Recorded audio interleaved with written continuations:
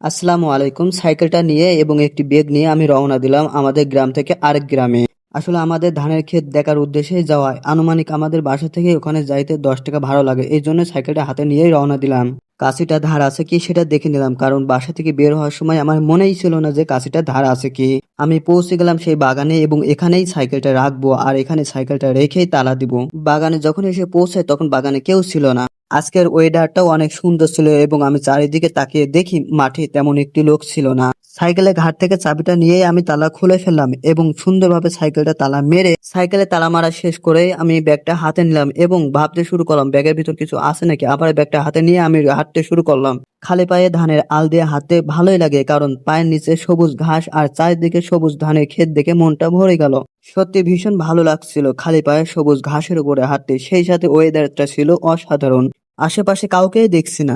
হাঁটতে হাঁটতে আমি পৌঁছে গেলাম আমাদের ভুঁই। ধানের আলের উপরে ব্যাগটা রেখে আমাদের ভুঁইয়ের নিড়ানো আমি শুরু করলাম। আমার মতো এমন ওয়েদার এবং আশেপাশে কোনো লোক নেই এই অবস্থায় কারা ধান নিড়িয়েছেন অবশ্যই কমেন্ট বক্সে জানাবেন। প্রতিটা কাজে ভালোবাসা হিসেবে গ্রহণ করলে সেটা কিন্তু আর বোঝা হয়ে ওঠে না। আমার প্রতিটি কাজ আমি ভালোবাসা এবং পরিপাটি করার চেষ্টা করি। তবুও আমি মানুষ, আমার ভুল হতেই পারে। আইলের সাইডে আগাছাগুলো আমি হাত দিয়ে ছিঁড়ছিলাম এবং যেহেতু আগাছাগুলো কমই ছিল তাই আমি কাঁচি ব্যবহার করি নাই, হাত দিয়েই আমি এই কাজটা সারলাম। আমাদের এই মাঠে অন্যান্য ফসলের থেকে ধানের ফসলটাই বেশি হয়। যদিও হাতে গোনা দুই একজন ভুট্টা লাগিয়েছে, সেটা আমি আসার পথে আপনারা দেখলেন। আমি এত পথ পাড়িয়ে দিয়ে এসে এই দুই ভুঁই দেখলাম ভুট্টা লাগানো, কিন্তু এই ভুঁইটা লাগানোর কারণও ছিল এই ভুঁইগুলো উঁচা উঁচা থাকার কারণে হয়তো এখানে ধানে ক্ষেত হবে না, যার কারণে ভুট্টা লাগিয়েছে। আর একটু সামনে এগিয়ে অল্প কিছুক্ষণ ধান নিড়ে আমি বাসার দিকে আবার রওনা দিব। এখানে আমার হাতের তলে তেমন একটি ঘাস বাঁধছিল না, এই পাশে বাগানে এই বাগানে কয়েকটা পাতাই বাঁধছিল।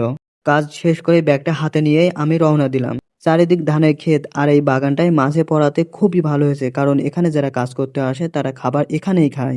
এই বাগানটা অনেকখানি নিরিবিলি এবং ঘন ঘন গাছ থাকার কারণে এখানে ছায়াও ছিল। আপনারা খেয়াল করলে দেখবেন তখনকার ওয়েদার আর এখনকার ওয়েদার অনেক পার্থক্য। তখন সকাল, এখন দুপুর ঘনিয়ে এসেছে। বাগান দিয়ে হাঁটতে ভালোই লাগছিল, কিন্তু দুঃখের বিষয় একটাই, পাখির কোনো কিচিরমিচির আওয়াজ আমার কানে আসছিল না। হয়তো পাখি রিজিকের সন্ধানে বেরিয়ে পড়েছে। বাগান থেকে বের হয়ে আমি ধানের আল দিয়ে হাঁটা শুরু করলাম। আমি রাস্তায় উঠে ব্যাগটা এক সাইডে রেখে হাত পা ধোয়ার জন্য ক্যানালে লেবে পড়লাম।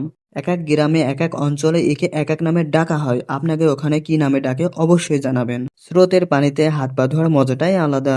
শহরে থেকে গ্রাম আমার ভীষণ ভালো লাগে, কারণ গ্রামে যেই সতেজ বাতাসটা পাওয়া যায় সেটা শহরে পাওয়া যায় না। শহরে থেকে গ্রাম ভালো লাগার আরো কয়েকটি কারণ আছে, এগুলো আমি বলতে চাচ্ছি না, কারণ ভিডিওটি অনেক বড় হয়ে যাবে।